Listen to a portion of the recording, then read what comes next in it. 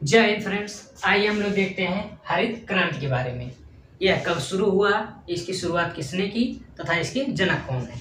हरित क्रांति यह तीसरी पंचवर्षीय योजना के लास्ट में 1966 में इसकी शुरुआत हुई थी। विश्व में इसके जो जनक हैं वह है नॉर्मन बोरलॉग, जबकि भारत में जो इसके जनक हैं एम एस स्वामीनाथन जी थे। यह एक प्रसिद्ध वनस्पति विज्ञान के जनक भी, मतलब उसमें वनस्पति विज्ञान के नॉलेज भी रखते थे अच्छे। शब्द, ये जो हरित क्रांति शब्द है इसको विलियम गार्ड ने दिया था, जबकि हरित क्रांति में उन्नत बीज में जो कि हाई हील्ड वैरायटी का प्रयोग हुआ था। तो इस HYV का फुल फॉर्म पूछ लेता है, अभी RRB NTPC के CBT 2 में पूछा हुआ था। हाई हील्ड वैरायटी को बढ़ावा दिया गया, इस प्रकार के बीज का बढ़ाया इसमें दिया गया था। इसमें क्या हुआ था, जो मोटे अनाज पर ज़्यादा जोर दिया गया था, क्योंकि मोटे अनाज का उत्पादन ज़्यादा होता है, जबकि जो पतले अनाज होते हैं यानी जो उनका उत्पादन कम होता है। गेहूं पे इसके सर्वाधिक वृद्धि हुई थी। धान पे इसका कोई प्रभाव नहीं पड़ा था। अक्सर क्वेश्चन पूछता है कि हरित क्रांति का प्रभाव किस फसल पर एकदम न्यूट्रल था, तो धान होगा। अगर कह देगा सबसे ज्यादा वृद्धि किस में हुई थी, तो गेहूं में। कह देगा कमी किस में हो गई थी, तो तिलहन और दलहन की फसल में कमी आ गई थी। आगे है, इसकी शुरुआत शामली से हुआ था, जो कि उस समय उत्तर प्रदेश में था। इस समय यह उत्तराखंड में है। सर्वाधिक लाभ इसमें पंजाब को हुआ था, और उसके बाद सेकेंड पे है यूपी। तृतीय हरित क्रांति, यह आनुवांशिक रूप से जो मॉडिफाइड है, यानी जेनेटिकली मॉडिफाइड जो भी बीज हैं उनका प्रयोग किया जाएगा। इसमें GM का फुल फॉर्म पूछ लेता है, इसका फुल फॉर्म होगा जेनेटिकली मॉडिफाइड। अब हम लोग इसका डिवीजन देखते हैं। हरित क्रांति यह तीसरी पंचवर्षीय योजना में 1966 में शुरू हुई थी। इसके जो जनक हैं विश्व में नॉर्मन बोरलॉग हैं, जबकि भारत में इसके जनक MS स्वामीनाथन जी हैं। और भारत में ये हो गया। शब्द जो है वह विलियम गार्ड ने दिया था। हरित क्रांति में उन्नत बीज यानी हाई हील्ड वैरायटी का प्रयोग हुआ था, HYV का।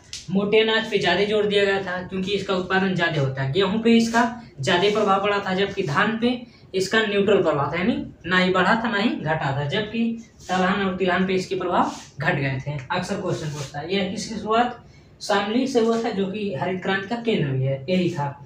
सर्वाधिक लाभ पंजाब को हुआ था। द्वितीय हरित क्रांति, इसमें आनुवांशिक रूप से वृद्धि यानी GM जेनेटिकली मॉडिफाइड का प्रयोग हुआ था। अब हम लोग देखते हैं कि जो इससे फसलों के उत्पादन से प्रमुख क्रांतियां हैं, यानी कौन सी क्रांति किस फसल से संबंधित है।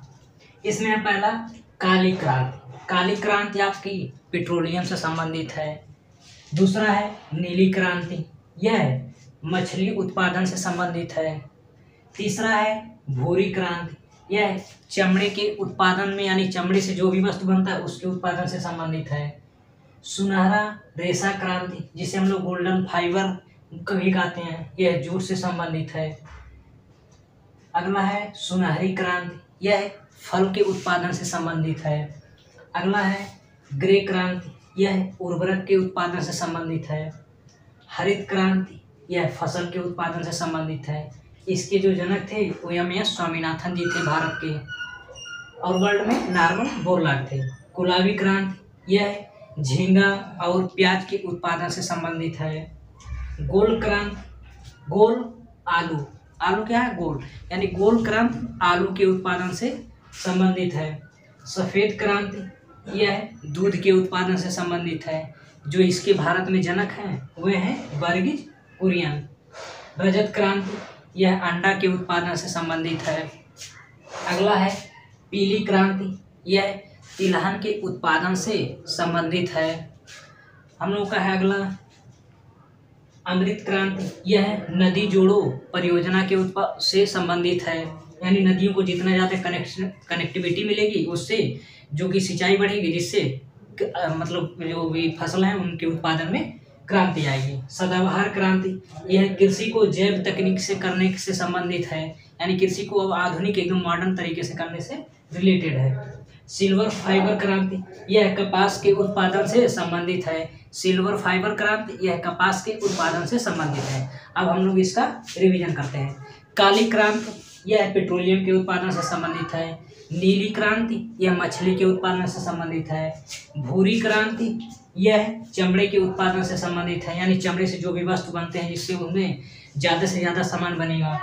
सुनहरा रेशा क्रांति यह जूट से संबंधित है। सुनहरी क्रांति यह फल से संबंधित है। ग्रे क्रांति यह उर्वरक से संबंधित है।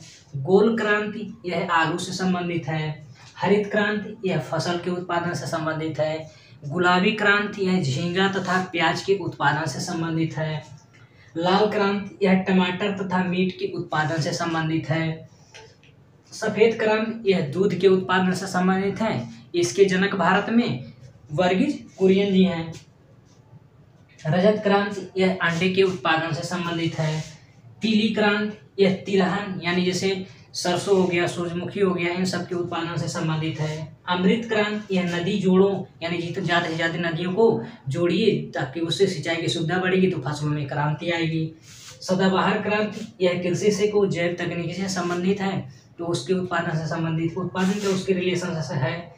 सिल्वर फाइबर क्रांति यह कपास उत्पादन से संबंधित है। इसके जनक कौन है? इंदिरा गांधी जी थी। मिलते हैं नेक्स्ट वीडियो में। जय हिंद।